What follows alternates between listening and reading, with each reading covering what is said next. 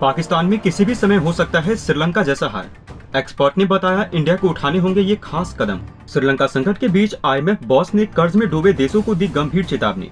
दोस्तों, भारत के इस वक्त दो पड़ोसी देश की हालत खस्ता है। सबसे पहले श्रीलंका के बारे में बात करते हैं, जहां पर आजादी के बाद देश के इतिहास में पहली बार इतनी भारी आर्थिक तबाही देखने को मिल रही है। इन सब के पीछे एक ही मुल्क का हाथ है, वो है चीन। श्रीलंका के पूर्व सत्ताधारी राजपक्षे परिवार चीन के कर्ज के जाल में इस कदर फंसे कि पूरा मुल्क ही बीच समुद्र में डूब गया।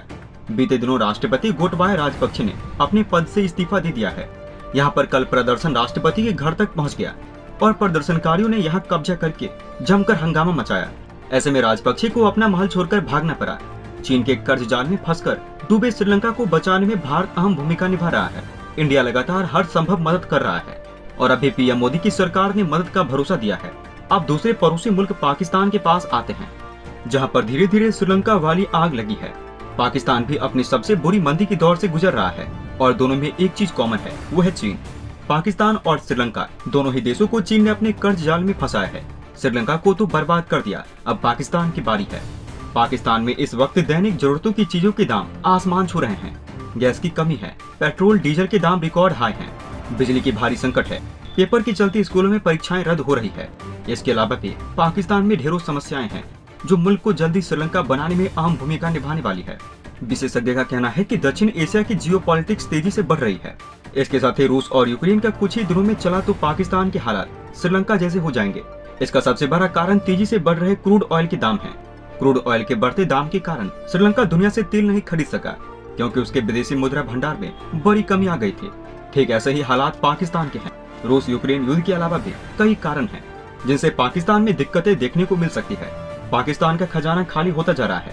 आतंकियों को पालने और उन पर हर साल अरबों रुपए खर्च करने वाले पाकिस्तान के पास पैसे खत्म हो रहे हैं। उसके विदेशी मुद्रा भंडार में भारी कमी आई है।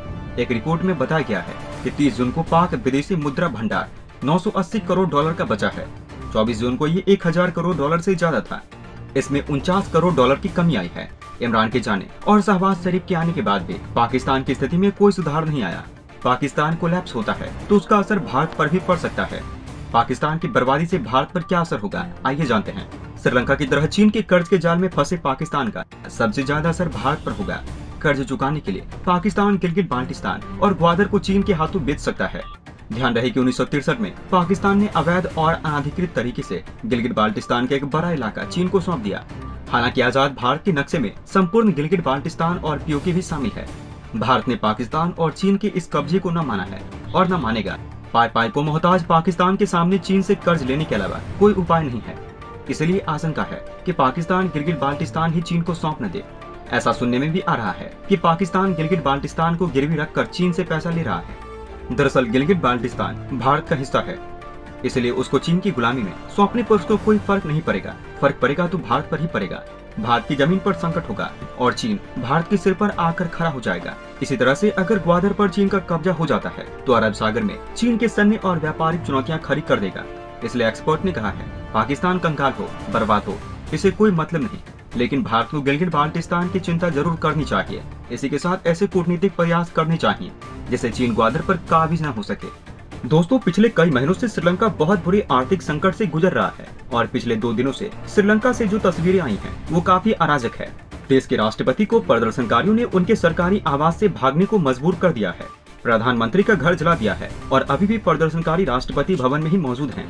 श्रीलंका से आ रही रिपोर्ट्स बताती हैं कि कर्ज लेकर विकास की योजनाएं चलाना हमेशा बुद्धिमत्ता पूर्ण नहीं होती है और एक बहुत पुरानी भारतीय कहावत को भी चरितार्थ करती है कि ऋण लेकर घी नहीं पीना चाहिए। और इसी बाबत इंटरनेशनल मॉनेटरी फंड ने दुनिया के उन सभी देशों को गंभीर चेतावनी दी है जो कर्ज में डूबे हुए हैं।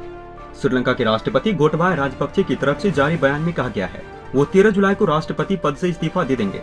वहीं श्रीलंका के PM रानिल विक्रमसिंघे ने भी अपने पद छोड़ने के फैसले की घोषणा कर दी है।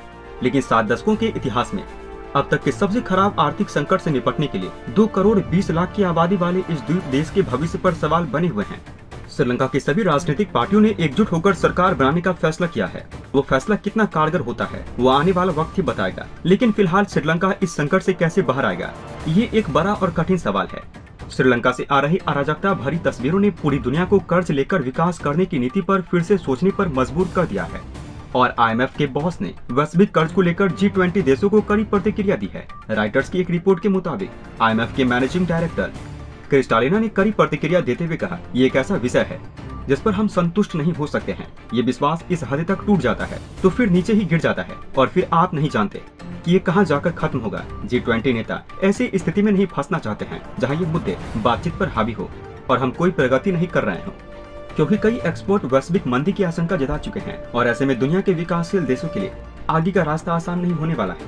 अलग अलग रिपोर्ट्स के मुताबिक श्रीलंका पर कुल करीब $51 अरब का कर्ज है, जिसमें से उसे साल 2027 तक $28 अरब का भुगतान करना है। लेकिन श्रीलंका के पास विदेशी मुद्रा भंडार ही खत्म हो चुका है, लिहाजा अब श्रीलंका के पास ना तो कर्ज चुकाने के लिए पैसे हैं और न ही विदेशों से सामान खरीदने के लिए ही पैसे हैं। इसलिए श्रीलंका पेट्रोल और गैस नहीं खरीद पा रहा है और स्थिति बेकाबू होती जा रही है। लिहाजा रविवार को श्रीलंका में विपक्षी पार्टियों के बीच बैठक की गई है, जिसमें नई सामूहिक सरकार के गठन का फैसला लिया गया है। श्रीलंका के कर्ज का एक बड़ा हिस्सा चीन का है, जो पहले ही श्रीलंका से हबनटोटा बंदरगाह छीन चुका है और इस बार भी चीन ने श्रीलंका को कर्ज रीपेमेंट रिस्ट्रक्चर में किसी भी तरह का बदलाव कर छूट देने से इनकार कर दिया है, जिसकी गुजारिश खुद राष्ट्रपति गोटबाय राजपक्षे ने की थी। लिहाजा श्रीलंका पर प्रेशर और बन गया है और अब श्रीलंका ने खुद को दिवालिया घोषित कर दिया है।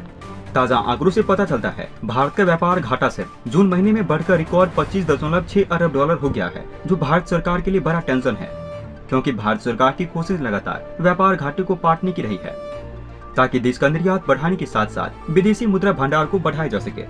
लेकिन इस पहल में सरकार को बड़ा झटका लगा है। रिकॉर्ड व्यापार घाटे के पीछे की सबसे बड़ी वजह पेट्रोलियम, कोयला और सोने के आयात में भारी बढ़ोतरी को बताया जा रहा है।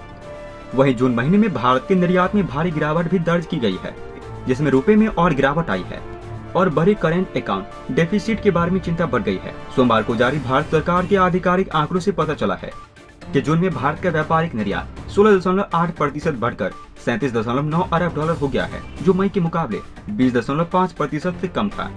इकोनॉमिक टाइम्स की रिपोर्ट के मुताबिक भारतीय रिजर्व बैंक के आंकड़ों से पता चलता है 1 जुलाई को भारतीय विदेश मुद्रा भंडार $588 अरब था। इसमें से विदेशी मुद्रा संपत्ति $524 अरब थी, जबकि सोने में रखे गए भंडार का मूल्य 40 अरब।